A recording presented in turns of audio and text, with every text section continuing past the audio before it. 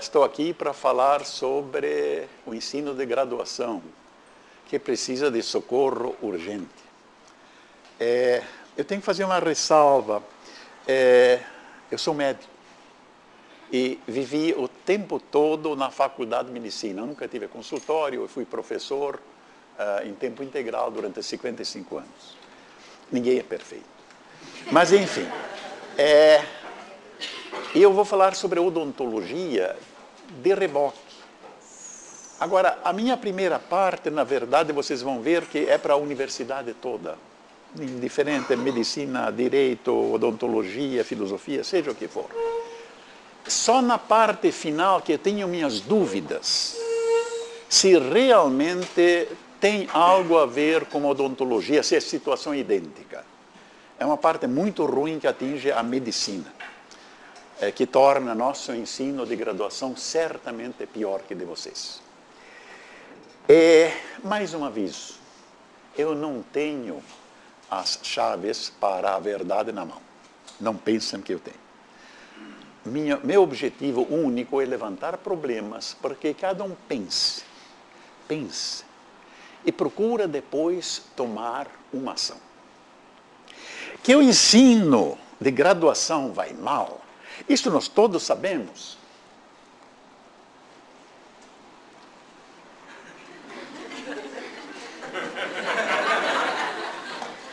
São coisas da eletrônica. E é só abrir os jornais do dia e nós encontramos, então, praticamente notícia todos os dias tem alguma coisa sobre ensino de graduação.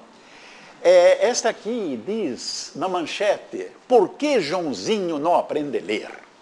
São todos os artigos desse último mês. Não preciso buscar arquivos antigos nem nada. Basicamente, ele critica a cartilha de alfabetização do Ministério e diz que a pedagogia é retrógrada. E chama a atenção que no 5º ano do ensino fundamental, 50% dos alunos são analfabetos funcionais. Ou seja, eles leem, mas não entendem o que leem. Isto é grave. Eu discordo apenas sobre um aspecto desse artigo. Não há uma pedagogia retrógrada. Não há pedagogia nenhuma. Zero. Esta é a nossa diferença. Outra manchete que temos, agora tem até cursinho preparatório para o Enem. Enem é Exame Nacional das Escolas Médias, para quem não sabe. Neste artigo, ele aborda que estão fazendo este exame, um cursinho. Isto porque a escola média é muito ruim. E ele fala, então, duas frases contundentes. O ensino médio deve muito à formação do estudante e é nesse vazio que prospera o mercado educacional. O cursinho são pagos. No dia em que a escola pública oferecer educação de qualidade, não teremos gargalos para ensino superior. A segunda frase não tem sentido. Sempre teremos gargalo para ensino superior. O ensino superior sempre, por definição, não poderá conter todos os alunos do ensino médio. Daí que o Brasil tem que desenvolver o ensino tecnológico em grande escala. Gargalo haverá. Isto não é verdade. Mas bate sempre, o nosso ensino médio é ruim. CAPES avalia ruins ou regulares 34,7% das pós-graduações no país. E chama a atenção que 10%, 11% tem nível internacional. Mas 35% é ruim ou regular. Eu tenho aqui uma pequena dúvida. Tem 54% que ele não explica o que é. E é problema. porque isto deve ser algo aceito bom para nacionalmente, mas que não serve internacionalmente. Eu não sei se o Sérgio consegue compreender isso, porque eu não consigo. Os leis, não sei se dá para entender. Ou serve internacionalmente e nacionalmente, ou então não serve. Então, esses 54%, realmente eu tenho uma dúvida. O que é o autor? O que eu queria dizer? Eles analisam CAPES. CAPES é importante. Mais de 4.000 cursos, certo? Veja, a pós-graduação é uma tragédia, não é assunto de hoje, mas eu não resisto a falar para vocês algumas coisas sobre pós-graduação. A pós-graduação nasce a pedido do Ministério da Educação como um comitê, uma comissão instituída em 1965. Como dá para ver, eu conheci toda essa comissão. Essa comissão é excepcional, absolutamente excepcional. O que vocês podem imaginar de ideal era esta comissão. As pessoas que participaram eram gigantes da educação brasileira. Muito bem.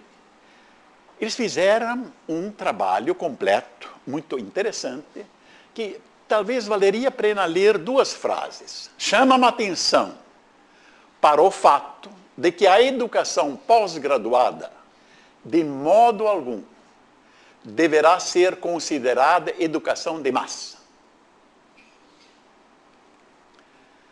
Igualmente, alertam para os perigos da implantação indiscriminada no país. Se for assim, a educação pós-graduada será forçada a repetir a educação graduada, que já é precária, com a inevitável abastardamento dos graus de doutor e de mestre. Puseram isso no documento. O Ministério, claro que é político, age diferente. Recebeu este relatório, que é 977, achou muito bonito, implantou no país e imediatamente resolve o seguinte, que todos os docentes de todas as universidades do Brasil devem ter imediatamente o grau de mestre, pelo menos. Quando saiu da Universidade de São Paulo, lógico, disse, não, conosco não, no mínimo doutor. Ótimo. Mas o que significa isto naquela época? Significa que nós temos que baixar os padrões de credenciamento dentro do país dos cursos de pós-graduação. Temos que baixar o nível de admissão dos alunos para os cursos de pós-graduação, com todas as consequências que a comissão avisou. Ou seja, nós abastardamos os cursos de pós-graduação. Sobre curso de pós-graduação, não vou falar mais hoje. Recentemente eu fiz um discurso, um diatribe grande contra a pós-graduação, que realmente está um problema.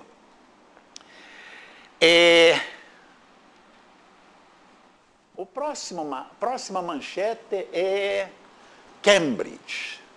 É a melhor universidade, diz a lista. Eles publicam uma lista das melhores universidades do mundo e Cambridge está em primeiro lugar. Normalmente é da Harvard. Normalmente não. Harvard, às vezes, depois Cambridge, depois Oxford, está por aí, né? Nós estamos no 17º lugar, nós, USP. Unicamp está no 90º, 95º lugar. Isto é criticável, o método, essa coisa toda, de forma que é possível que não seja do 10º, mas seja 100º, 60º, 100º, 50º. E já vi que você deve ser muito bondosa. E diz, não. Também não é tão assim. Vamos ser 100º. Tá bom, ótimo. Então eles erraram a escala e somos 100º. Agora eu pergunto, alguém desta sala gostaria que o time do seu coração fosse o 100º do mundo? Ah? Pois bem, na melhor das hipóteses, com toda a generosidade dela, a USP seria então 100º. Algo vai mal neste país, onde concordar comigo. Bem, há muita luz atrapalha, porque essa fotografia é bonita mesmo, mas enfim, paciência. Manchete do Vanderlei Messias da Costa. Ele chama a atenção que 50% de 3 milhões de cursos de graduação que o Brasil oferece não é preenchida. E diz, olha, não é preenchida porque o curso ensino médio é ruim. Quer dizer, o ensino médio é sempre ruim.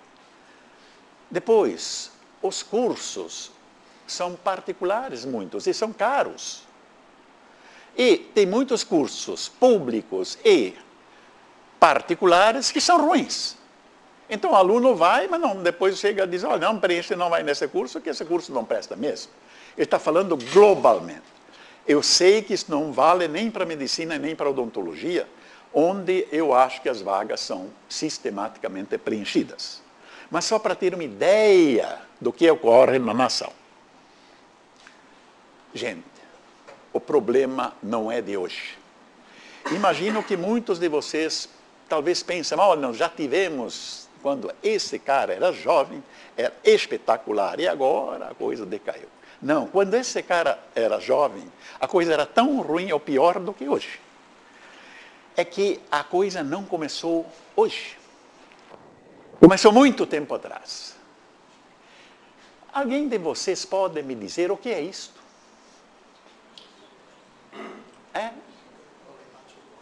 Diga, não tenha medo. Esse é um problema muito nosso. O pessoal tem medo, acha que vai fazer uma bruta figura, não faz, está certo. É o pátio do colégio. Pátio do colégio é o lugar onde começou a educação no Brasil.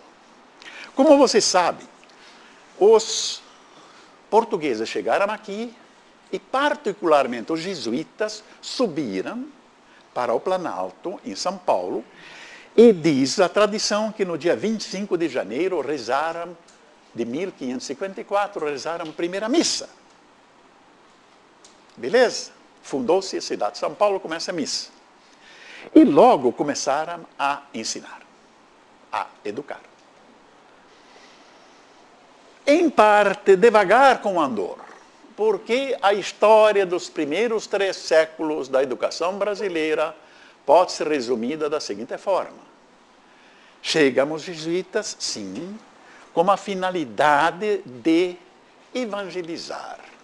Ou seja, converter índio e preservar fé de colono. A educação era isso. Aí chegaram outras ordens, beneditinos, agustinos, carmelitas e assim por diante, mas todos religiosos dedicados à educação.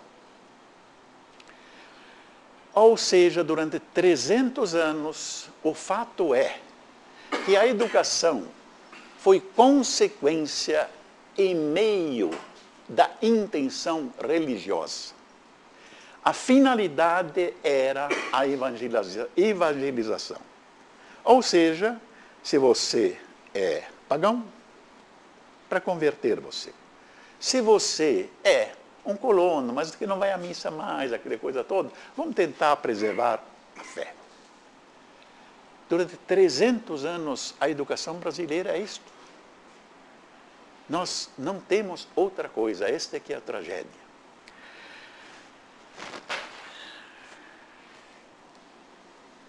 Uma história. Sempre a gente tem que contar uma história, né? É convém. Está lá, o que já sabemos que é, porque ele falou qual é seu nome. Hein? Qual é teu nome? Hein? Igor. O Igor falou, isso é o pátio do colégio. É. Quem sabe que ano foi feito este edifício? Palpite? Oh, silêncio sepulcral. Todo mundo, brrr, esse cara vai me reprovar. Não vou reprovar ninguém. Em Que tal quando que chegaram eles? Em 1554, né? Então, podia ser de 1554, não poderia ser? Não, não era. 1554, a coisa era assim. Se você apaga uma instantinha a luz, eles vão enxergar o que é. Assim é meio complicado. Eu vou desaparecer no filme, eu sei, mas isso não faz mal nenhum. Eu acho que vale a pena olhar. Ok? Era um edifício pau a pique. Eu vou sentar para vocês verem. Era pau a pique, tinha 90 metros quadrados, teto de palha, e aqui, esse era o primeiro educandário do Brasil. Em 1554. 2 anos depois, um padre, Afonso Braz, ele acrescenta uma igreja. Mas a igreja não é grande coisa. A igreja é parecida com isso que vocês estão vendo. Não tem telha. Nem telha feita nas coxas. Não tem telha nenhuma. Certo? Telha feita nas coxas não tem nenhuma conotação, enfim, sexual. É feito na coxa. Quer dizer, em vez de feita sobre o molde, a telha era feita sobre a coxa. Era isso. Ok? Para quem não sabe, a etimologia é essa. Bom, mas vamos que vamos. Ocorre que em 1640, os bandeirantes disseram, jesuítas, fora, show. Vocês só servem para proteger os índios. E vocês não deixam nem nos escravizá-los. Não pode ser. Então, fora. Tá bom, os jesuítas foram embora. Mas 13 anos depois, 13 é um número cabalístico, eles se lembraram, olha, as nossas crianças não estão sendo evangelizadas. Alguns de nós já até esqueceram o Padre Nosso. Vai todo para o inferno. Isso não vai dar certo. Jesuíta, volta, venha de novo. Em 1653, 13 anos depois, eles mandam de volta os jesuítas. E aí eles dão um prêmio. Fazem esta construção. A construção que vocês conhecem seria de 1653. Seria. Ok? É um presente dos poderes aos jesuítas. Milagre. Mas não durou muito. Porque em 1765, jesuítas ausentes, o governo de São Paulo, o governo provincial, precisou espaço. E para atender às exigências, derrubaram as coisas e reconstruíram o que vocês estão vendo desse jeito. Onde estava o colégio propriamente dito, virou um quartel. Certo? Mas os jesuítas foram embora. Parênteses, talvez vocês não lembrem, mas o Pombal expulsou todos os jesuítas em 1759. Então, show, fora. E tinham 3 dias para deixar o Brasil. Naquela época, 3 dias para deixar o Brasil é um problema. Realmente, para empacotar e procurar sair a lombo de mula ou a pé, não era fácil. Papa Clemente confirmou a fechar a ordem, essa coisa toda, isso é história, não importa. Eles só voltam realmente a existir em 1814, com o Papa Pio VII, mas não importa isso nesse momento. Mas era assim. Tanto assim que nós temos fotografia disto. Em 1862, uma das primeiras fotografias de São Paulo por Militão, esse camarada Militão, de Azevedo, fotografou, e vejam que é bem parecido. Não é verdade?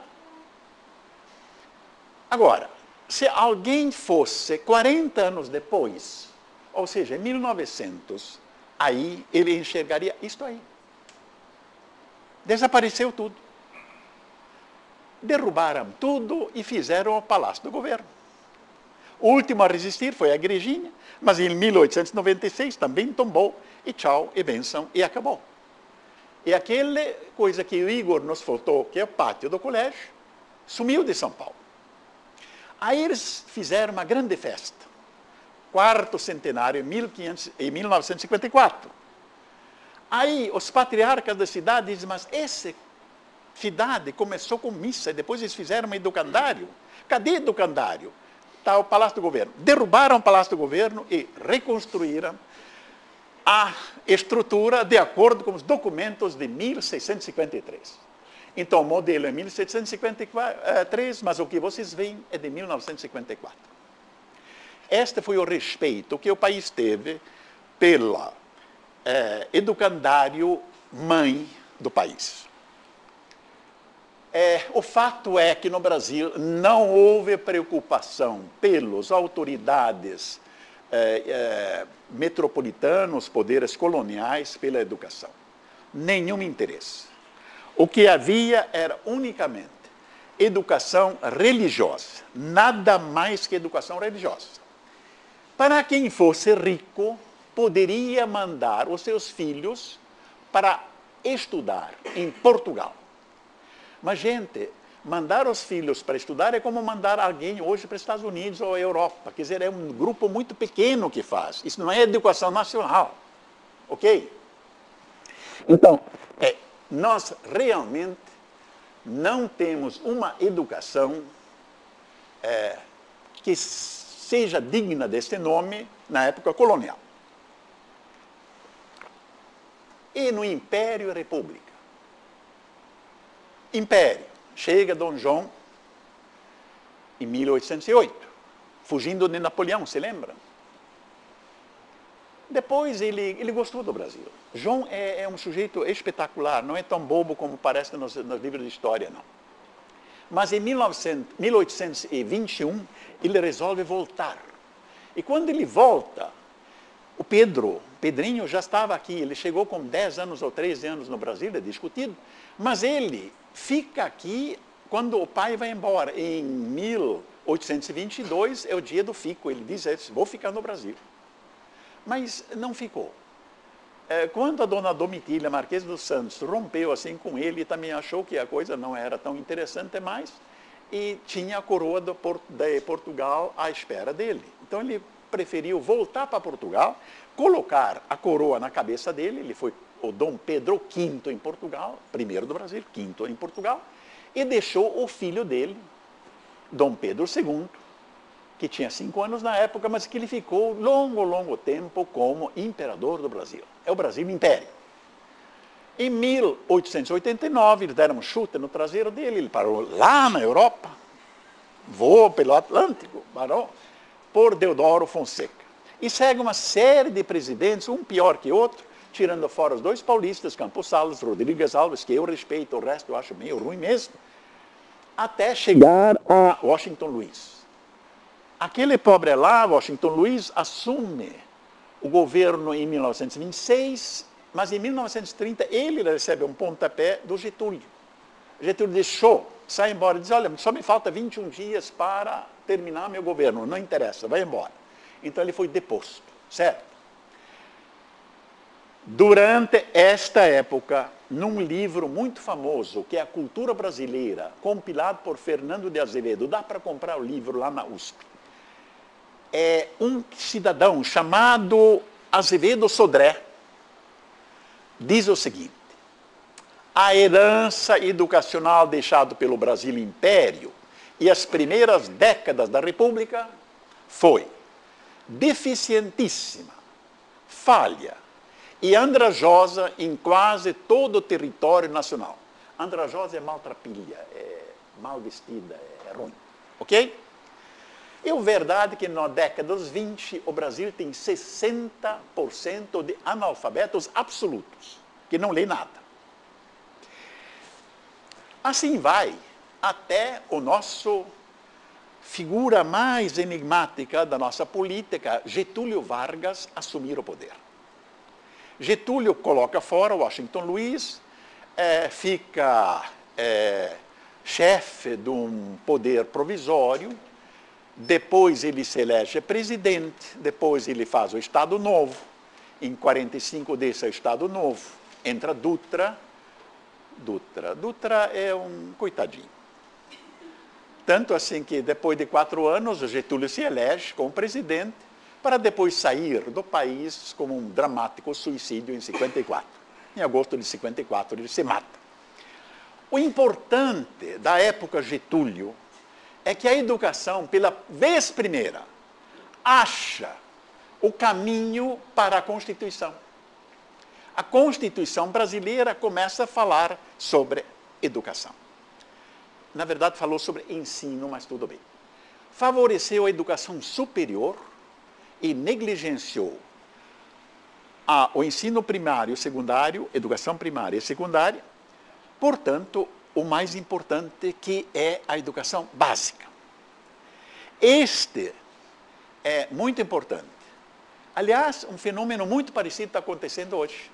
A graduação está sendo sufocada pela pós-graduação. Assim como o ensino superior, nesta época, começou a sufocar o ensino básico, hoje a pós-graduação, pelo menos na nossa escola e outras escolas, não sei aqui, está matando a graduação. Bom, mas a educação primária começa a melhorar nos anos 80. Eu faço questão de mostrar Tancredo Neves, que morre em 85, ele ia assumir e morre. Mas não é por isso que eu quero mostrar. É que nós estamos diante das eleições no fim da semana. Se eu coloco qualquer outro cara, parece que estou fazendo propaganda eleitoral.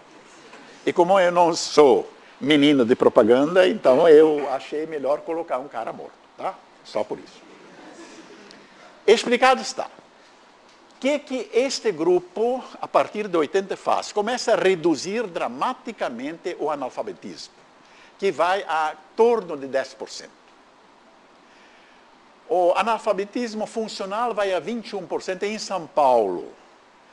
No norte, nordeste, as coisas são diferentes. Nós já vimos que no quinto ano, 50% não são analfabetas funcionais, etc, etc. Ok.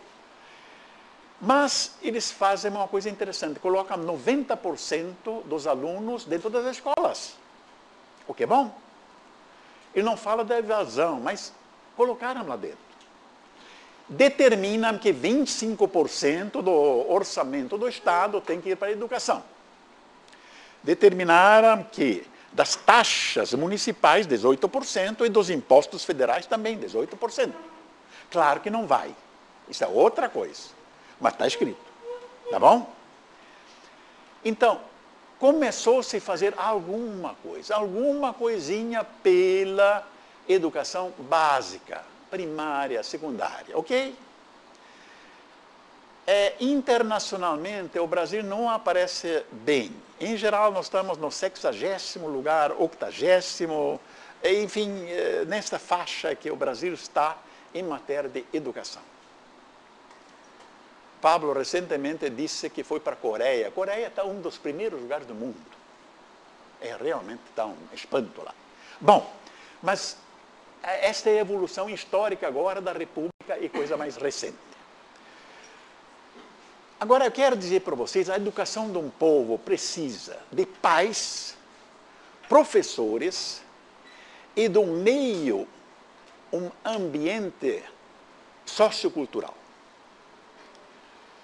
Esse meio ambiente você não consegue importar, porque ele é feito da educação dos pais e do trabalho dos professores. Ele é consequência de um aprimoramento, ok? De longe, a coisa mais importante é recurso humano. Programas educacionais, ferramentas didáticas, tudo mais vem depois. Os recursos são ruins. Os nossos pais não são preparados para educar os seus filhos. Os pais não têm um projeto pedagógico. É exigir muito. Gente, eu não estou falando para esta sala. Eu estou imaginando a educação básica do país. Mas esta sala também, talvez, se cada um pensa, talvez não tenha um projeto educacional trabalhada, pensada para seus filhos. Professores, eles fazem força sim, mas não são bem preparados e são pessimamente pagos. Geralmente, ouçam bem, um motorista de táxi ganha muito mais dinheiro que um professor de primário e secundário. Durma-se com barulho desse. Então, é um problema.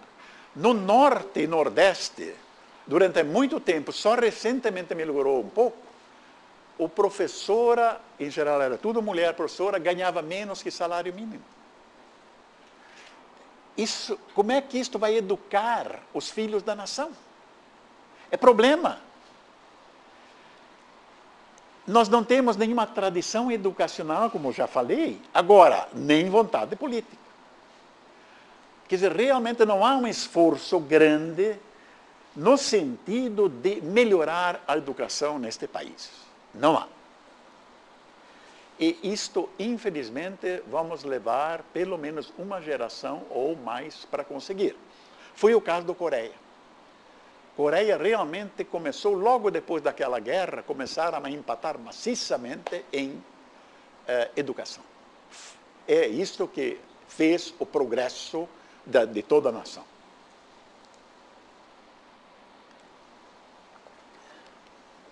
Agora vamos para uma coisa cruel, central. Ensino, ensino, ensino, ensino, ensino, ensino.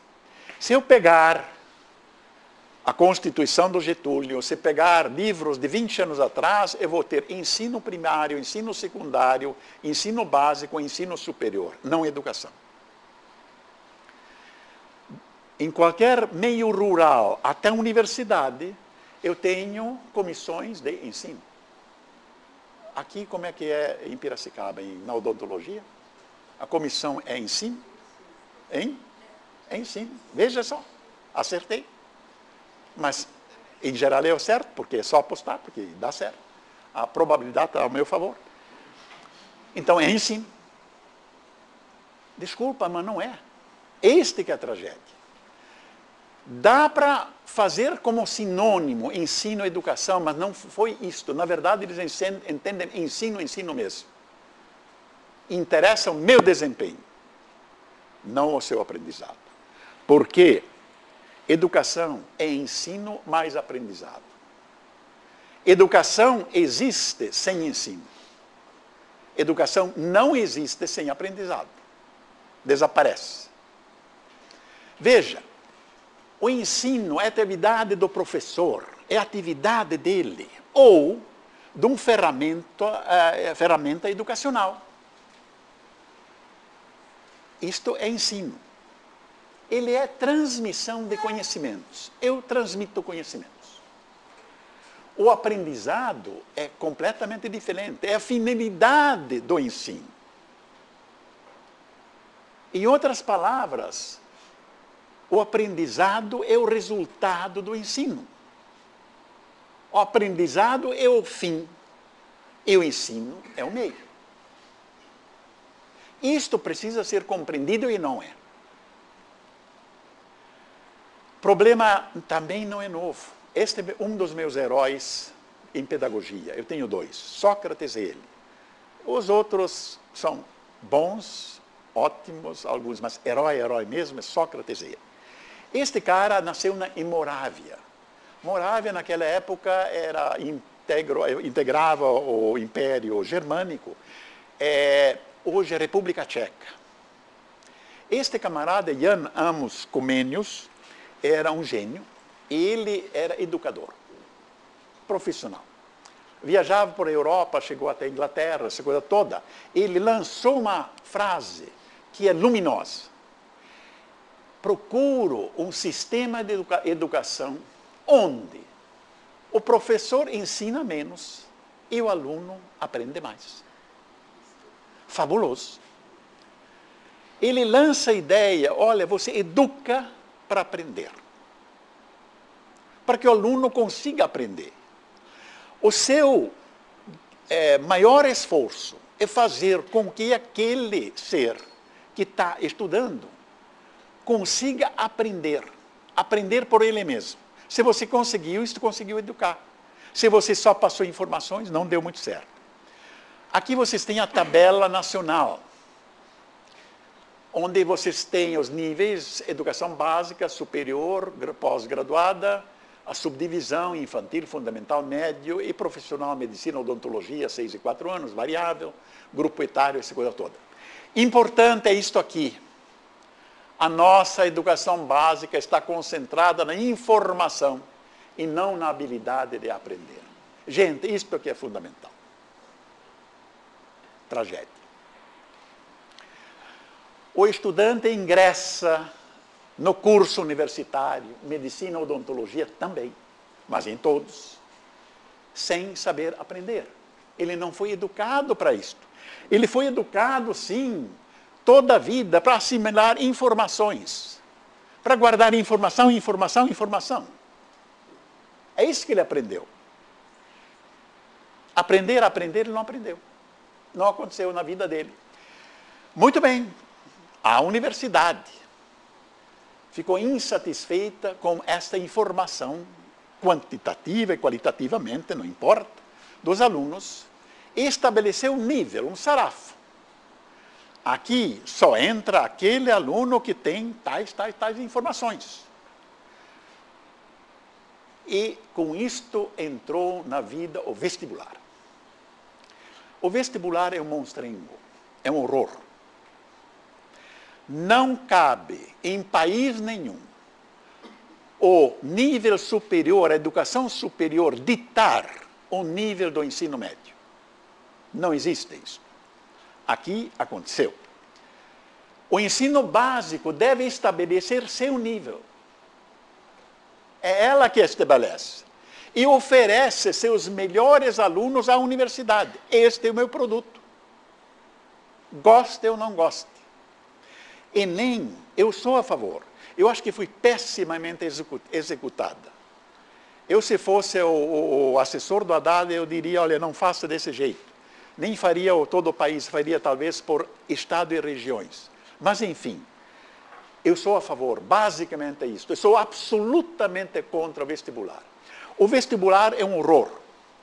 Primeiro lugar, ele fez os cursinhos, que são todos caros. Não tem cursinho do Estado. Tem, às vezes, cursinhos de ONGs. Cursinhos da Faculdade de Medicina para gente que não pode pagar, tem. Mas a absoluta maioria do curso são para ganhar dinheiro. Mas pior ainda, ele rebenta os últimos 2 anos do ensino médio. O cara só faz o curso e tem que entrar na universidade. E a escola é julgada como uma coisa inferior, ruim, e ele só começa a prestar atenção nas coisas que o curso ensina. E as informações que o cursinho ensina por exigência da universidade, me desculpam, é de valor muito duvidoso. Certo? É isso que aconteceu aqui dentro. Que nós rebentamos uma educação média que já era ruim, nós da universidade. Porque achamos, na nossa arrogância, que, olha, esses caras vêm não sabendo nada. Mas nunca pensamos no aprendizado. Nunca. Nós só estávamos pensando em informações. Resultado óbvio. O aluno chega na faculdade de medicina e odontologia sem a capacidade de aprender por si mesmo. Ele não toma a iniciativa e aprende. Pus medicina e odontologia, mas não, serve a toda a universidade, para todo o ensino superior. E, tão ruim quanto isso, as faculdades pouco ajudam, porque elas mesmas desconhecem o aprendizado. Vocês dizem, poxa, mas esse cara está um pouco virulento. Eu sou.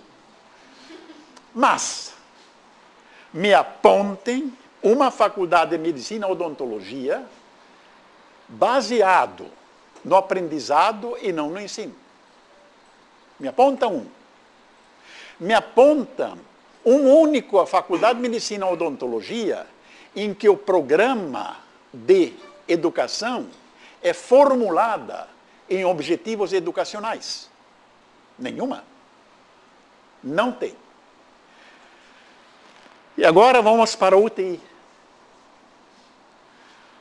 Objeto e objetivo educacional. Objeto é o assunto que eu ensino.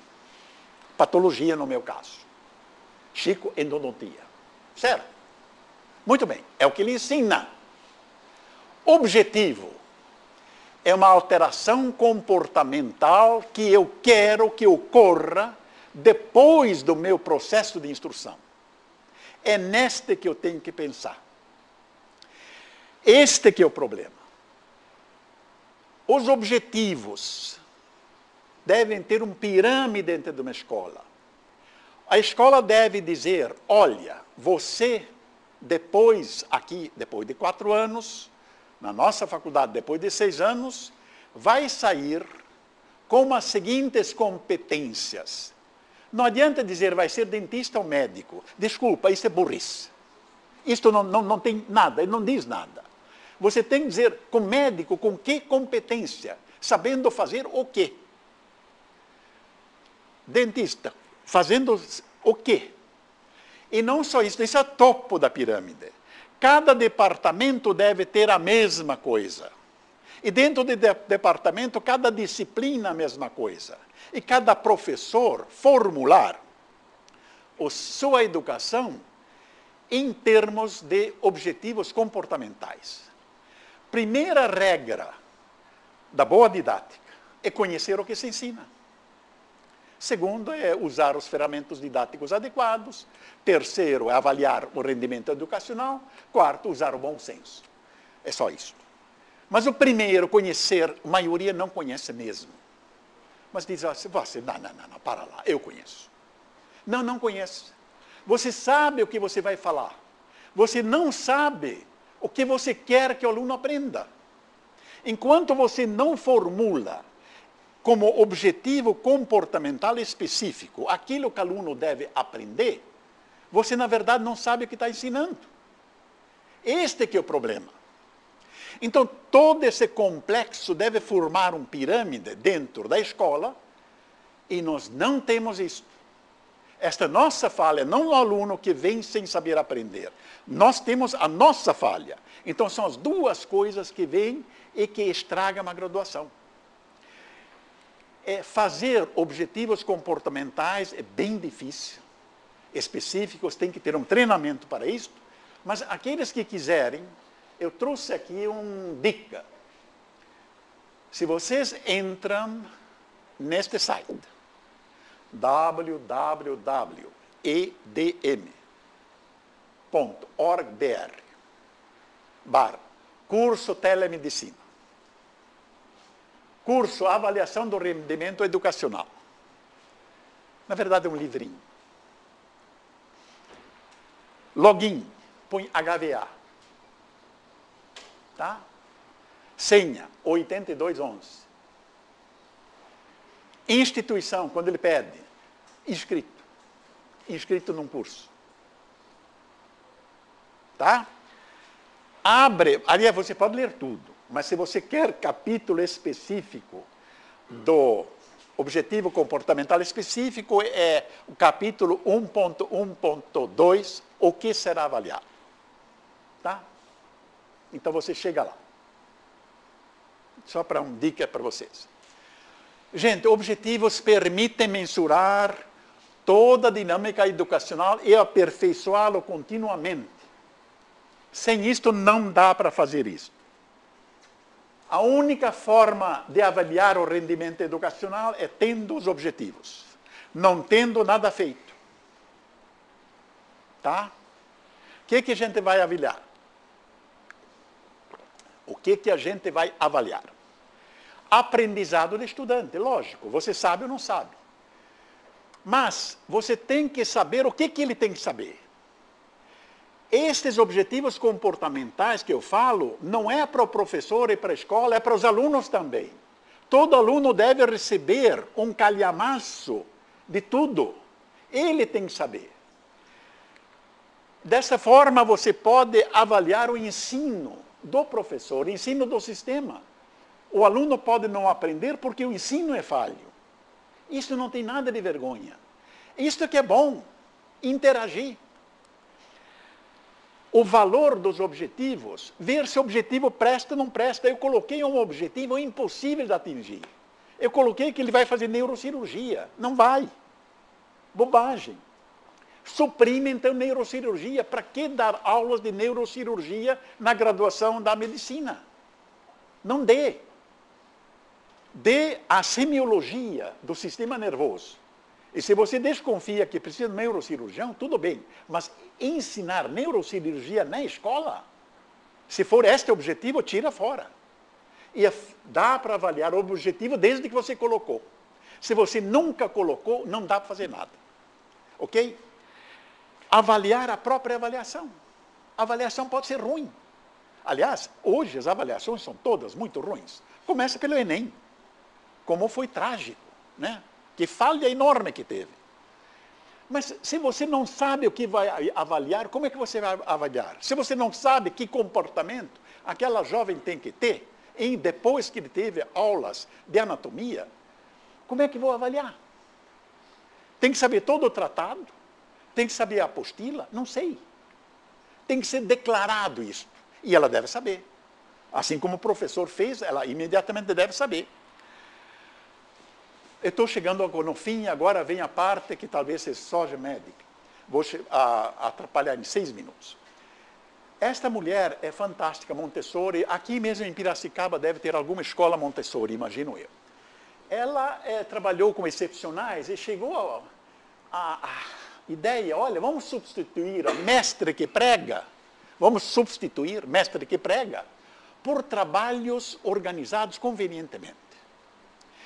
Ela começou a pensar na parte sensorial. Olha, se o aluno consegue pegar as coisas sensoriais, e eu insisto em trabalhos práticos, é melhor do que teóricos. E chegou à conclusão que as coisas concretas não devem ser ensinadas de forma abstrata. Não devem. E é verdade. Se você quer que o aluno saiba uma coisa de forma concreta, faça ele saber fazer. Cozinha só se aprende fazendo. Não tem outro jeito. Não dá para dar aulas teóricas de cozinha, culinária. Não vai dar certo. Eu sei por mim mesmo. Ok? Medicina e odontologia, por excelência, exigem praxis. Sem prática não se forma médico nem dentista. Isto, digo, talvez não valha para vocês, mas para nós, infelizmente, vale. Muitas escolas médicas não conseguem oferecer prática médica adequada, nem a Divina FEMUSP, a minha.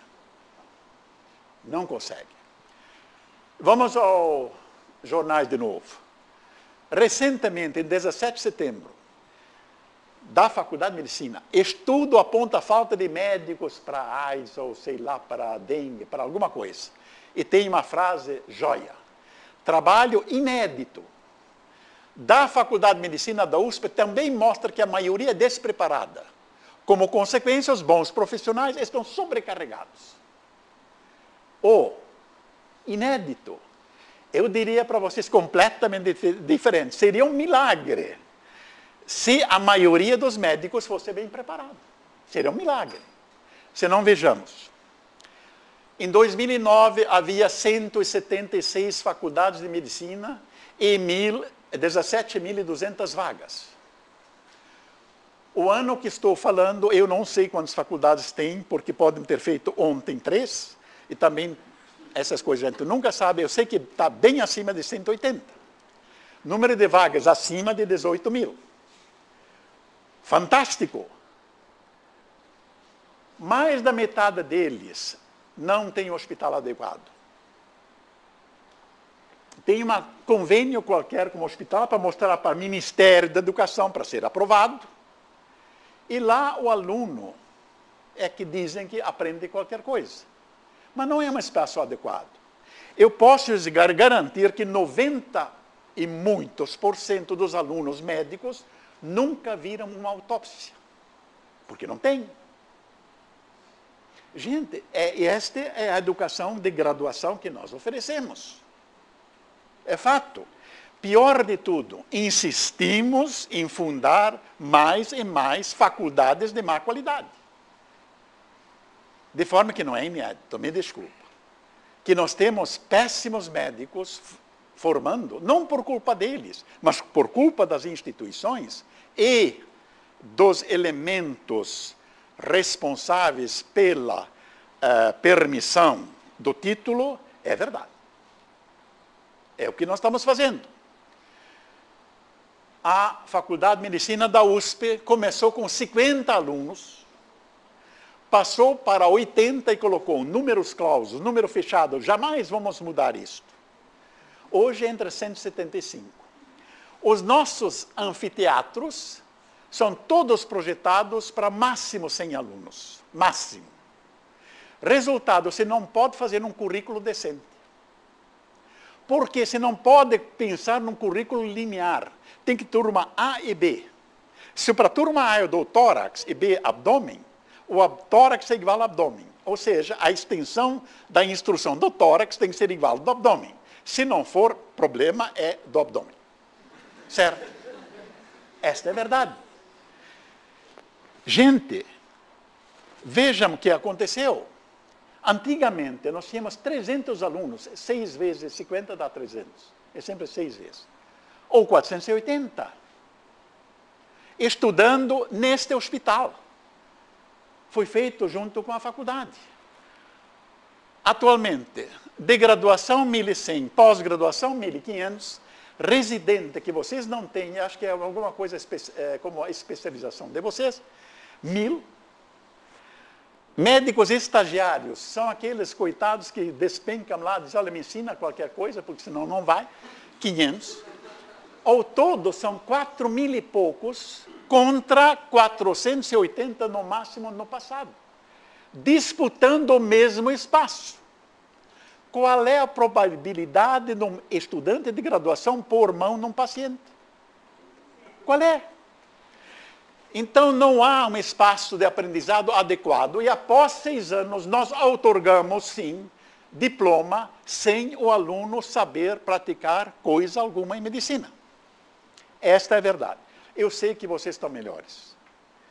Depois dos seus 4 anos, o aluno sai daqui fazendo algo. O nosso não sabe fazer nada.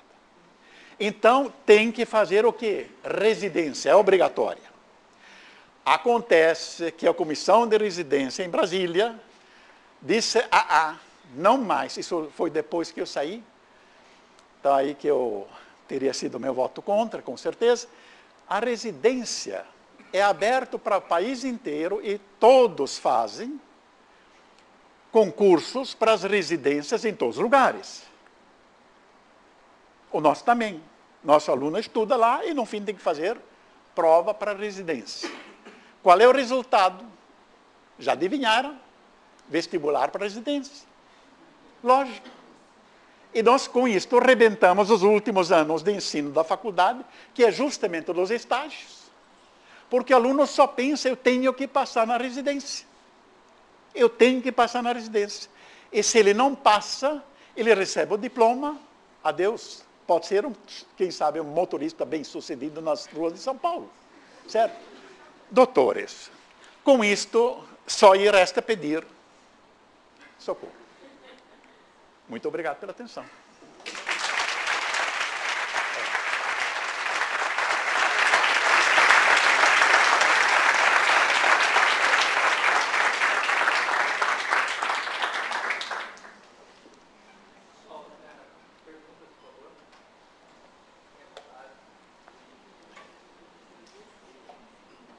Sim. Eu acompanhei quando o senhor começou aquela comissão para instituir o rodízio em São Paulo. É um problema também histórico, um problema que foi procurado um jeito de amenizar o problema lá. O senhor consegue estabelecer um paralelo dos dois problemas que o senhor está acompanhando? Não, deixa-me entender o que você quer dizer. O problema da superpopulação em São Paulo, Dos carros. Isso, dos carros, da poluição. Sim. Considera um paralelo, um problema histórico. Sim. Problema. E você institui rodízio. Eu não vejo como aplicar isto, porque, veja, fechar as faculdades ruins, ninguém tem coragem. Não tem. Nós poderíamos fazer uma espécie de rodízio dentro, se é isso que você está pensando, na faculdade, de defasar por 6 meses e fazer um currículo linear. Então, a turma A começa em janeiro, mas a turma B começa em agosto. A sobrecarga para o corpo docente é de tal ordem que eles vão dizer não. Eles não vão aceitar isto. Entende? Então, nós temos este tipo de problema. Eu acho que o que acontece, aliás, que é muito frequente no país, algo vai bem. A Faculdade de Medicina de São Paulo estava bem com 400 e poucos alunos, com 80 alunos por turma. Aí veio aquela expansão obrigatória e o pessoal colocou 175 e a faculdade fez a barganha. Como é que fez? Diz, ó, desde que você me dê tantos professores titulares a mais, porque todo mundo queria ser titular, ensinar, educar, claro que ninguém queria, então fizemos um negócio. Recebemos 175, mais titulares, e ficamos na mesa. Certo? Agora, aqui lá, o residente não tem vez. Na verdade, ele é um mocinho que carrega os provas de laboratório, do laboratório para a clínica e assim por para frente. E parece que é uma espécie de entregador de luxo. É isso. Sim. Sua opinião, nós poderíamos fazer para estimular o docente mais para o ensino da graduação? Ok. Eu acho que tem duas coisas que eu acho fundamental. E o que eu tenho feito com certa diligência, mas com total insucesso. É o seguinte, eu faço o discurso habitual para os primeiranistas, quando entram, que não acreditem que vão se formar bons profissionais seguindo os ensinamentos da casa. Tome a iniciativa e aprenda.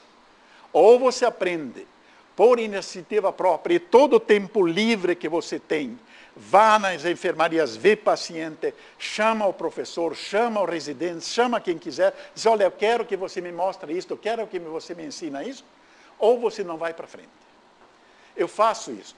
Mesmo quando eu tenho o prazer de receber filhos de pós-graduandos meus, quando eles chegam, às vezes eles me mandam, olha, fala com meu filho, essa coisa toda. Eu sempre digo, se você está na faculdade, você procura tomar a iniciativa e aprenda. Eu acho que esta pregação, se todos nós fizéssemos, traria algum benefício. Segundo, eu tentaria colocar na congregação da casa a discussão, vamos fazer objetivos dentro dessa escola. Objetivo no sentido, que tipo de dentista vamos formar, e cada departamento, cada disciplina formule o seu ensinamento em objetivos comportamentais específicos. Traria alguém para dar um cursinho sobre isso, para mostrar como é que se faz, se esse é o problema, e os docentes teriam, digamos, até o fim do ano, para apresentar todo o seu programa educacional em objetivos comportamentais específicos. É a única forma de sair disto, porque aí você vira do ensino para aprendizado, no momento que você faz objetivos. Aí, nesse momento, você tem uma transição grande. Isso. Tem que aprender hoje, esquecer amanhã para a próxima prova e assim vai. Como é que a gente sai? Ok.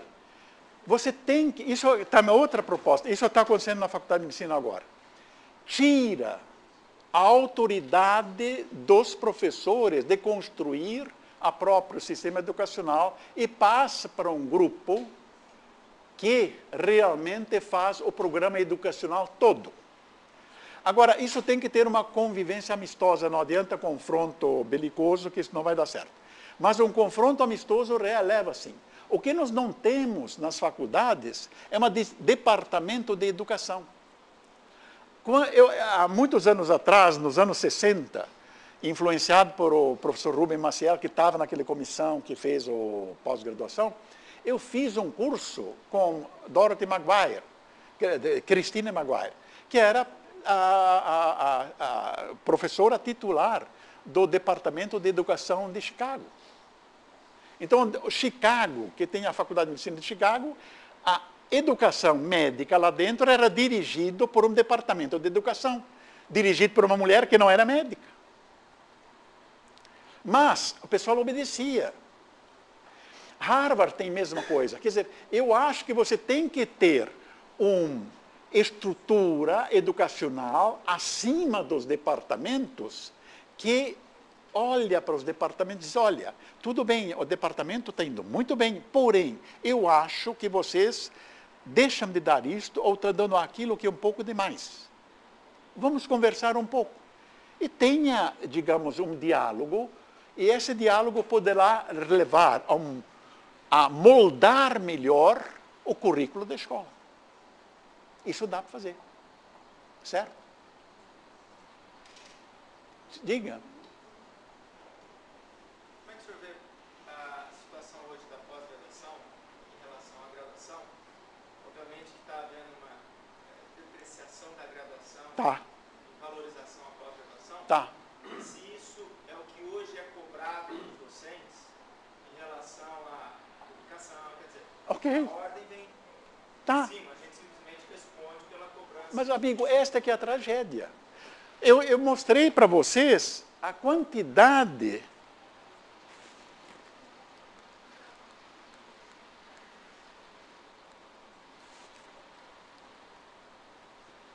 Você tem 1.500 alunos de pós-graduação na nossa faculdade contra 1.100 de graduação. Educar pós-graduação me dá mais prestígio e de mais título e me permite galgar posições. Se eu sou um docente livre, posso virar titular. Se sou doutor, vou fazer docência com mais títulos, porque mostra eu consegui formar tantos doutores, tantos mestres, essa coisa toda. E a graduação não é valorizada. Mas isto também não está certo. Não está bem, não. Eu acho que nos memoriais temos que ver quem é que dá um bom curso de graduação. Antes de qualquer coisa de pós-graduação. Eu acho que a pós-graduação está matando a graduação, sim. Na nossa escola está. E você apontou. É questão de behaviorismo. Comportamento. Você tem açúcar cada vez que você dá aula de pós-graduação, mas você tem urtiga cada vez que ele dá aula de graduação. Não vai dar certo. É um super boa. Boa muito, sim. Que a parte superior está desvalorizando a graduação. Só que às vezes os próprios alunos da graduação se sentem desmotivados. Na sua opinião, o que pode ser feito para estimular os graduandos a buscar os objetivos? Por exemplo, eu tenho até interesse, só que às vezes a estrutura, o contexto, me impede de evoluir. Aí eu tento uma vez, tento duas, tento três, isso me desmotiva. Eu não vou tentar mais. O que pode ser feito para estimular os alunos de graduação? Bem, veja, uma das coisas que você não sabe, eu também não entendo o que você diz, é porque você não sabe me dizer qual é o objetivo que você não está alcançando na graduação. Porque você não tem os objetivos da graduação. Você simplesmente não sabe o que você tem que aprender naquele curso de graduação. Se você tivesse aquela motivação, olha, no fim deste curso eu vou saber isto, isso, aquilo, ou no fim desta aula eu vou saber isto, isso, aquilo, você pode em seguida ir para um computador que está lá para fazer uma prova que é só para você, uma prova particular, privativa, você vai lá e vê se você sabe acertar as questões daquele comportamento que você deveria ter. Não sei, você pode ir, professor, olha, lamento muito, mas das 10 questões que estão lá, eu errei 8. E eu não estava dormindo na aula. O que está acontecendo comigo? Eu sou idiota ou então a aula foi mal dada? Entende? Quer dizer, esse que é o problema. Então, qualquer curso de graduação tem que ser bom, tem que ser atrativo para o aluno. Às vezes você tem alguns cursos de graduação mais áridos. Por exemplo, na Faculdade de Medicina, estatística, ninguém gosta. Tá bem, e é o único que tem formulado tudo em comportamento específico. Os objetivos, tá? Muito bem feito. Mas o pessoal não gosta. E tem cursos que até o sujeito gosta, porque é um curso interessante. Agora, se você soubesse o que você tem que aprender realmente, aí a coisa pega fogo. Entende? Você mesmo expressa a sua insatisfação em termos vagos. É verdade. Nesse momento você não diz exatamente, olha, o que aconteceu, qual foi o problema. Mas nem pode, enquanto você não tiver esta declaração do curso de graduação, você não poderá dizer, a não ser vagamente, olha, não foi bom. Eu não sei o que não foi bom. Este que é o problema. Diga. Em termos gerais de ensino, qual a opinião do senhor a respeito do ensino de A distância. Totalmente a favor. Isso, até que ponto é... Totalmente a favor. O ensino à distância, desde que não queira ensinar cirurgia dentária, porque você precisa ter o paciente para fazer, prática, praxis. Mas para aquilo que ela serve, é excelente. Porque ele te dá liberdade. Eu tenho aulas 9 horas, mas quando é no internet, à distância, esta mesma aula, em vez de acessar às 9, eu posso acessar muito mais tarde. Eu estou independente de local.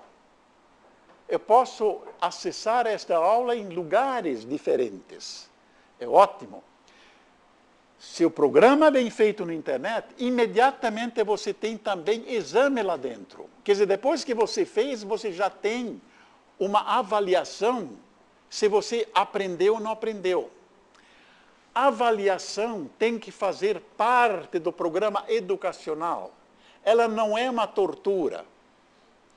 Entende? Ela faz parte, ela é formativa. Não é apenas saber, olha, passa ou não passa. Você chega no 5, tudo bem, passou. Não chegou, lamento, tem que fazer tudo de novo. Bobagem isso, gente. Vocês, se eu perguntar, levanta a mão quem gosta de ser examinado, todo mundo diz, não gosto. Em geral, ninguém gosta de ser examinado. Agora, você gosta de fazer jogos de desafio? É palavras cruzadas, sei lá o que, aquelas adivinhações. Aquilo que você vai, Silvio Santos lá pergunta se capital de Caracas, ou de Venezuela, Caracas, Bogotá, Rio de Janeiro. Todo mundo fica olhando assim para ver se o cara acerta ou não acerta, né?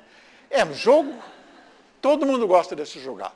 Se você coloca a avaliação sob esta forma, em que nada é cobrado, verificar se você sabe ou não sabe, ela fica um jogo. E isto, a internet, a computador permite. Fazer exame para um professor, desculpa, é quase um palavrão, é cansativo, para não dizer uma coisa com 4 letras. É realmente chato, ok? Mas o computador não se incomoda que você faz 10 vezes a mesma coisa. Tem uma paciência infinita, DJ. Então você pode colocar lá dentro a avaliação formativa e pronto. Todas as coisas que mesmo essa escola, tudo que for possível, que é aula teórica, que é aula assim, que é ensinável por internet, faz. Muito melhor. Tem uma aula que você deu muito bem uma vez, isso pode ser escrito, pode ser colocado na internet, por que não? Agora, reveja. Aquela história de deixar na internet a mesma aula durante 10 anos, não dá. Não dá. Tem que rever. Diga. Eu não bato na tela. O senhor levantou o problema. Levantei. É mais ou menos parecido com o que a gente tem aqui na faculdade. Não sei. É parecido. Ok. A experiência do senhor, ao longo da história, de conhecer uma solução. Pois é isso que eu digo. Eu não encontro uma solução imediata, nem é possível, porque acho que vai levar uma geração. A decisão tem que ser lá de cima. Enquanto não houver decisão lá de cima, a coisa não vai. No ensino básico, não vai. Agora, o que nós podemos fazer, nós, professores, docentes da universidade, é falar com o primeiranista quando ele entra. Explicar para ele, como eu disse antes, olha, toma a iniciativa e aprende.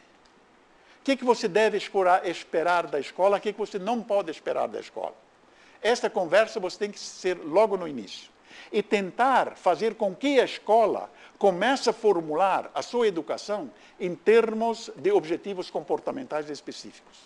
A escola, afinal das contas, decida que tipo de dentista vai fazer. Esta é a nossa tragédia. Outro dia, ontem, saiu aquele artigo da reforma educacional da Faculdade de Medicina, nossa. Vamos botar antropologia, filosofia e medicina de família. Medicina de família visita a famílias. Antropologia para quê? Quero saber. Qual é o comportamento que você quer modificar? Filosofia, a mesma coisa. O que você quer que esse infeliz? Você está querendo te doutrinar para ser de um partido político? É isso? Então entendi. Tudo bem, mas não serve. Certo? Para quê? Visitar famílias, ótimo, eu acho grande coisa, visitar famílias e deve-se visitar famílias. Porém, dá acesso ambulatório. Que a visita às famílias não substitua ao trabalho no ambulatório, que é para residentes, pós-graduandos e simpatizantes. Certo? Não. Para lá. Vamos ver as famílias? Sim. Mas também vamos ter acesso ambulatório. A sala de cirurgia e assim por diante. Sala de cirurgia é um tabu. Aluno não entra. Eu fiz apendicectomia quando estava no 2º ano da faculdade. Ué, assim eu como muitos outros colegas. E de cirurgião eu não tenho nada. Eu sou ambidesastrado. Tem os ambidestros e os ambidesastrados. Né? Sabe, é uma coisa completamente diferente. O que mais? Sim. Professor, o desempenho do docente na pós-graduação tem parâmetros de avaliação bastante concretos, em termos de número de publicação, qualidade de publicação. Já na graduação, essa avaliação de desempenho sempre recai num caráter mais subjetivo, às vezes recai na própria avaliação dos alunos, dos discentes. Você tem alguma experiência de algum método de avaliação de desempenho docente em nível de graduação? Se eu tenho, eu acho que sim. Veja, em primeiro lugar, a primeira coisa que você tem que fazer é saber se esse sujeito deu aulas de graduação ou não. É um espanto que muitas vezes você examina um candidato e o candidato deu realmente e faz uma lista de aulas que ele deu. E você lê 15 aulas que ele deu.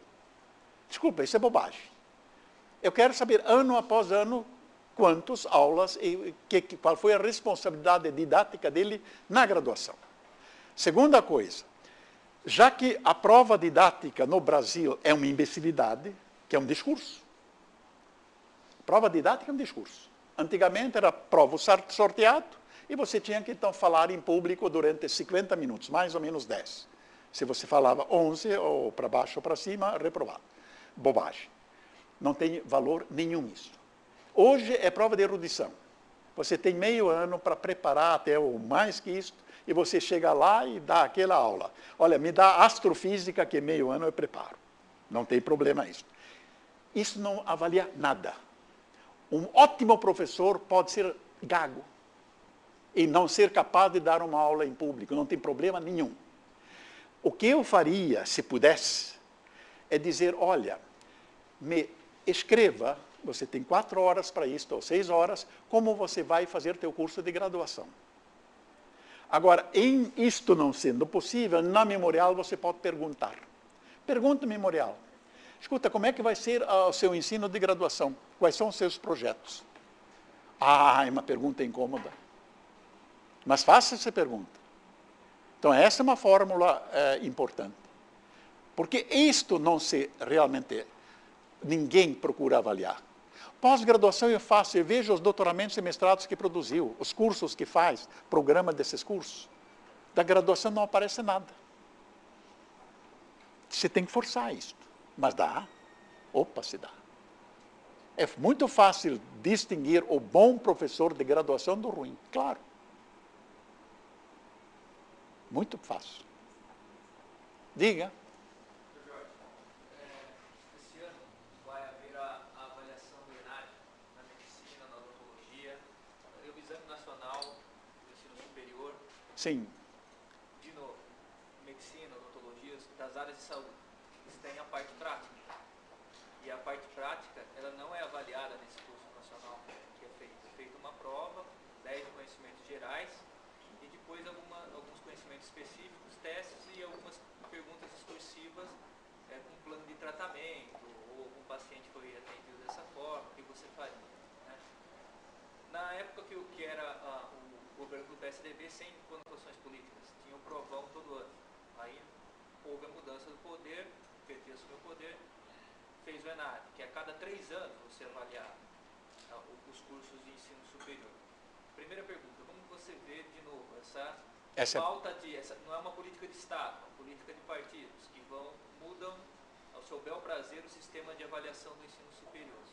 E além disso, essa avaliação do ensino superior, ela é feita de forma muito superficial. para todos os cursos e falam, esse é bom, esse é ruim, só que não avaliam a parte prática. Ok, Como eu vejo. Te respondo sim. Pablo, depois de feitos esses exames, o que é que aconteceu? Nada. Gente, nunca façam uma avaliação sem nenhum propósito. Só por esporte. Nunca colocam o termômetro nos alunos para medir algo que, como resultado, vocês nada farão. Não façam isso. A avaliação, quando você é do aprendizado mesmo, e no caso o desempenho das escolas, isso é coisa séria. Isso custa um dinheiro enorme, tem que ter um planejamento muito decente, que não tem, certo? Eu acho que nunca deveria ser pelo país, deveria ser por região ou por estado. Acho que o país, isto não diz nada, ela é conflitante. As condições do norte, nordeste e sul são muito diferentes. Então, isso não faria. Mas pior de tudo, e onde eu aponto a chaga, é isso. Tá bom, fizemos. E depois, o que aconteceu? Nada. Então, foi uma perda total de esforço, tempo e dinheiro. Mas se eles usarem isso para distribuir uma eventual verba no futuro a nível federal, mesmo sendo um exame superficial, já que não avalia a prática de fato? Ok, mas você está comparando coisas muito desiguais. E se você está distribuindo recursos para melhorar, eu não sei se um outro método não seria muito melhor. Você vai comparar a Faculdade de Medicina de Acre com a Faculdade de Medicina de São Paulo, da USP. Qual é? E depois, então, tá bom, melhor, então vamos dar recurso para a USP. E Acre continua no mesmo. Quer dizer, não tem muito sentido isso. Isso é complicado. Não, eu acho que este tipo é um exame mal feito. Ele está comparando coisas muito desiguais. É como fazer aqueles famosos marmeladas, né? Aqueles geleias, certo? Que a gente faz morango e abóbora. Só põe um morango e uma abóbora e parece que é 50%, né? De cada fruta, mas não é. Então, são coisas desiguais. Sim. Por exemplo, o curso de Direito, ele tem um OAB para o profissional de profissão. Você acha que deveria ter na curso de Medicina, hoje em dia tem essa prova para exercer a profissão? Ótima pergunta. Amigo, ótima pergunta. Infelizmente, como estamos, sim. Eu digo com dor. Muita dor. Infelizmente, sim. A coisa desandou de tal forma, mas de tal forma, que nós precisamos fazer alguma coisa para impedir barbarias que estão acontecendo. Eu não sei quer dizer, realmente isto é pesado, mas eu acho que precisa. Porque como está, a praça não pode ficar. Vocês não têm realmente ideia da selvageria que ocorre, mas eu tenho muito relacionamento com o norte, muito. Por causa da telemedicina, mas lá as coisas que você vê, são médicos realmente diplomados que agem, mas o charlatão local é melhor. Tem muito mais experiência. É melhor. Então, acho que nós vamos ter que fazer algo parecido com isso. Nas especialidades existe. A prova das especialidades já existe. Mas nós devíamos fazer talvez antes. Sim. Mas você acha que tem possibilidade do curso? Você acha que acontece? Sim, dá, porque é o que, desde que façamos como os advogados. Se você não passa, não passa. Em especialidade de cardiologia, você tem que renovar seu direito à especialidade cada 3 anos, se não me engano. Tem sim, já nas especialidades. Alguns, não todos. Nessas provas da OAB, por exemplo, já tem cursinho preparatório também. Como é que é? Nas provas do exame da ordem. Tem. Na cardiologia tem sim, já tem. É fantástico isso. É verdade. O vestibular realmente matou tudo. O vestibular que nós fizemos para entrar na universidade foi um monstrengo que realmente rebentou o sistema de uma forma absolutamente inacreditável. Porque dá dinheiro, dá fortuna. Quer dizer, uma das grandes coisas é você abrir agora um cursinho para residente. Dá muito mais que neurocirurgia, dá. Veja o Digênio que fez, que é o herói da parte do vestibular, né? O Digênio tem uma fortuna imensa. Nenhum médico do país tem a fortuna que Digênio tem, que é médico. É formado na nossa faculdade. E foi se meter em vestibular, em cursinho. Objetivo, né? É dele.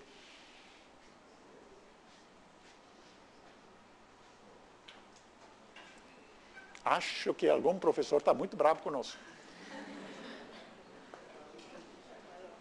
O professor das 2 horas deve estar.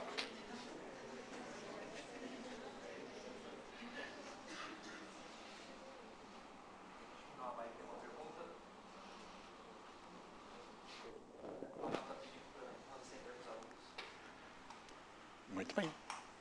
Super bom. Então, não havendo mais perguntas, eu gostaria mais uma vez de agradecer essa palestra espetacular, que é o mínimo que a gente pode dizer. E como eu disse, vocês entenderam porque o Dr. Jorge é uma pessoa que nos inspira a pensar, nos inspira a agir. Muito obrigado, Dr. Jorge. Muito obrigado, digo eu. Muito bom.